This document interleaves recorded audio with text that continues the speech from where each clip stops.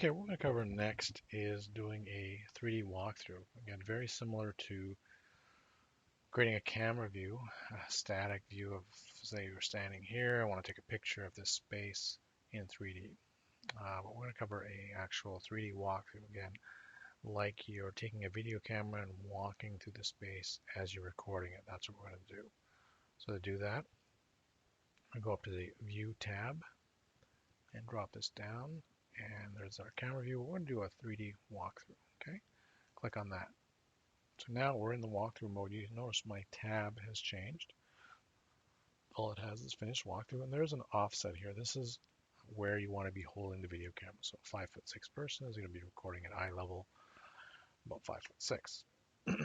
Okay, so I've got this icon here, and generally we'll start out here. But before we do that, just let you know that there's no blocking. It's not like playing a video game. You can walk through walls on this thing.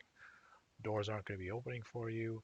That's just going to be part of the walkthrough. As you walk through doors or things like that, they won't open for you. They just walk right through them. You can actually walk through the walls if you want to, but you want to create obviously a meaningful walkthrough for a client or for you to review the model, looking at ductwork and things like that. So, and also make sure you're on the right floor plan for this. So I'm on the first floor furniture plan for this demonstration. I might want to do another walkthrough for the second floor. The other thing it can do is walk upstairs and things like that. So generally you start at the next level and start walking from the beginning of the stairs or something like that. So we're going to click out here, and right away there's my camera and the direction I'm looking. So I'm just going to start clicking away. I'm looking in this direction. Again, I could go through the wall here, but I don't want to. So I'm going to click through here like that, and go around here like so. Maybe wrap around here. Again, that's maybe I want to look at these chairs here. So I'll kind of click a couple times and then go around and keep going. And maybe I want to end. I'll go through this wall and end here, let's say. So I'm going to go in here. I'm going to go up here, and it's going to click on this finished walkthrough. Finish. Okay. So kind of showing now. I'm going to go click on the edit walkthrough. Now this might be a bug in Revit, but I'm not sure. But I'm going to click on edit walkthrough, and what you want to do is you got to see 300 frames with 300. So I'm at the end of my path. You see my little camera sitting here. I'm going to want to change that to the beginning. So I'm going to highlight this and change this to 1 and hit enter. So now you can see my camera sitting over here. I want to start playing this video camera at the beginning of my path, not at the end. Now the only problem with that is my panel kind of disappears. Now what you want to do is, like creating a camera view and the other views, it goes in your project browser here. So for a walkthrough, I'm just going to close these. For my walkthrough, I've got now a new tab called Walkthroughs, a new area. So I'm going to click on that. You see I've created several walkthroughs. The latest one's always the highest number. So I'm going to click on this walkthrough. I'm going to double click on it. And you can see it's starting at the beginning here. Double click on it. Nothing's really happening. There's no, my option, my panels aren't coming up. So I clicked on that. So what I'm going to do is I'm just going to pick on the edge of this frame here. Click. I've got edit walkthrough here. See that? If I hit escape, it's gone. If I pick on it, it comes up again. So great. I can pick on edit walkthrough. Now I've got these buttons up here. That's what I want. So now I'm at frame number 1 and I want to play this. Okay.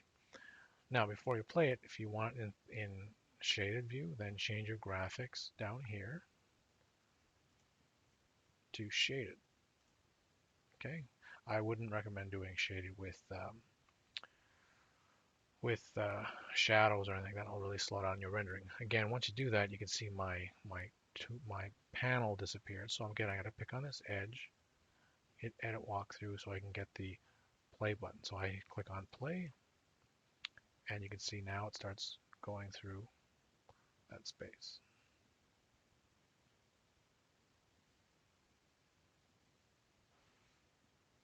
I probably didn't pick the greatest path, but you get the idea. Okay.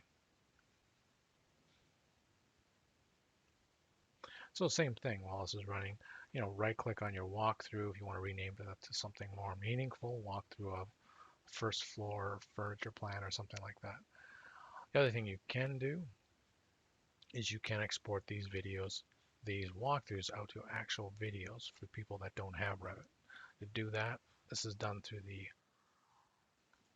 R icon here, application icon, and we have export, and we'll have an area for walkthroughs down